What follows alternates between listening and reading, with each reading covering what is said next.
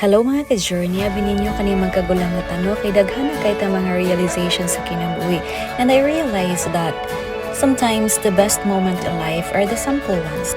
Pero wala ga pasabot nga dili ta magmalipayon sa mga dinagko nga butang. Ang akong pasabot lang na naay dako nga kalipay bisan sa simple nga butang. Parehas ani ang makauban nako ang akong family.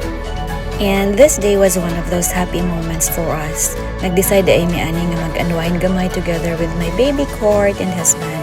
While nagsungay si baby Court sa iyang papa, padulong mi sa balay ni Lolo Siyas para manguha og mangga.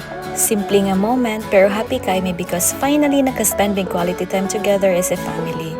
Kuglain pa'y ato day mga ka-journey na abot na dayta sa atong destinasyon sa mauni ang punuan sa mangga nga atong kuhaan ug mauni ang akong mga kuyo sa pagsuroy-suroy o pagpanguha og mangga diri sa among bukid sa Pansalagon. Abi ninyo mga ka-journey, lami jud kaay sa paminaw ning manguha og mangga kanang magsaka-saka. Na-miss na ko na nga time kay sa una diri sa una sa bukid. Sus dali ra jud kay nako ning saka-sakaon ning mga manggaha pero kay karon lahi na gining nagkatigulang na ta. So tigpamunpon na lamang gyud tat bitaw ay ngon palang week makasaka ra man gud gihapon ko ana pero kay willing man jud kaay sila mosaka so sila na lang gyud ako ang gipasaka. While ako nalingaw jud kaay ko sa pagpamunpon ako sa daghan kay mga mangga. Halata ra man siguro sa akong nawong di ba? And of course, dili lang ako ang nalingaw. Apil ko ang akong darling, di ba? Wow! Si catcher kay siya. Wow! Kadaghan! 3, go! Dance!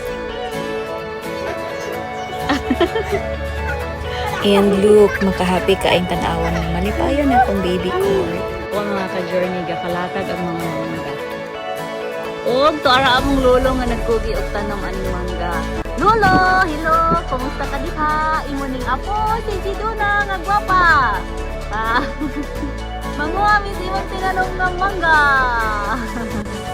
And of course, thankful kay mi sa Ginoo sa kinabuhi ni Lolo ug ni Lola Kuling nga nagkugi og tanom aning mga manggaha kay amog yung napuslan ug nakatabang yun namo labi na sa panahon nga nagskwela pa mi nya wala mi mga alawan sa una. So amura ni ibaligya then magkapalit na mi og papel ug ballpen para ika-support sa among pagskwela. Nakatabang junig dako namo sa mga panahon sa kawaladon. Basta timangga matik na nagyud mi taway sudan. Ug sa inyong nakita nagkugi gid siya taman ug nag-enjoy sa iyang pagsakasaka. Wow, kadaghan worth it jud kayang pagsuroy-suroy diri. I even told myself, oh, I need this. Sometimes all we need is fresh air, nature, and time with the people we love. Dayon pag uli namo ako adayong gipanghugasan nako na mga mangga. And look, makalipay kaayo kay observant kay akong anak. Ganahan gud siya mag-apil-apil og pamahig. In ani nga moment ba kay priceless jud kaayo sa usa ka inahan nga magsud-ong sa iyang anak nga nagsugod na og katpon.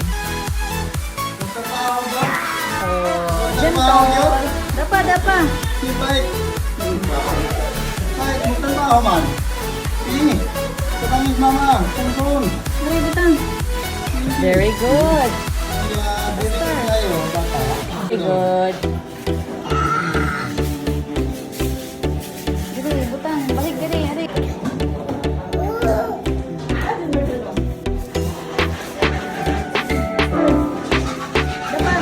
So, hello mga ka-journey! Mauna na mo ikaduhang adlaw sa pagpanguha og mangga.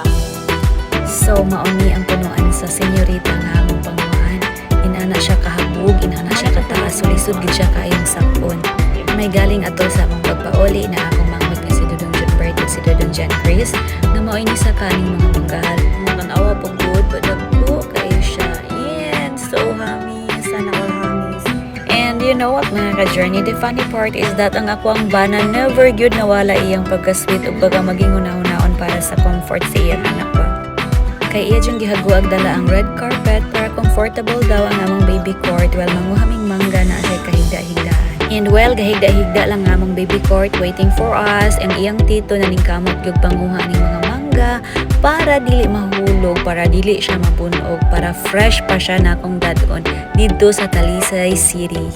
O diba naning kay siya? Og mao ni nga ako mga pamangkin nga pigsalok onya nahulog kay practice pa na first attempt. So mo naga-stretching na sila silang liog kay ang libe pa kay pagsigighangan kay ila laging salon ang kinuha ni Tito John Verse nila kay dili naman madala og butang sa basket. So mga ka-journey mauna niya nga tong mangga gisulod sa basket nga akong gipakuha gyud nga gipalahi na ko niya kay ako lag gining dadon sa Talisay inang balik na ko og duty. Aro dili siya mabunog para fresh pa siya inog abot pares ka fresh siya gakuha charing.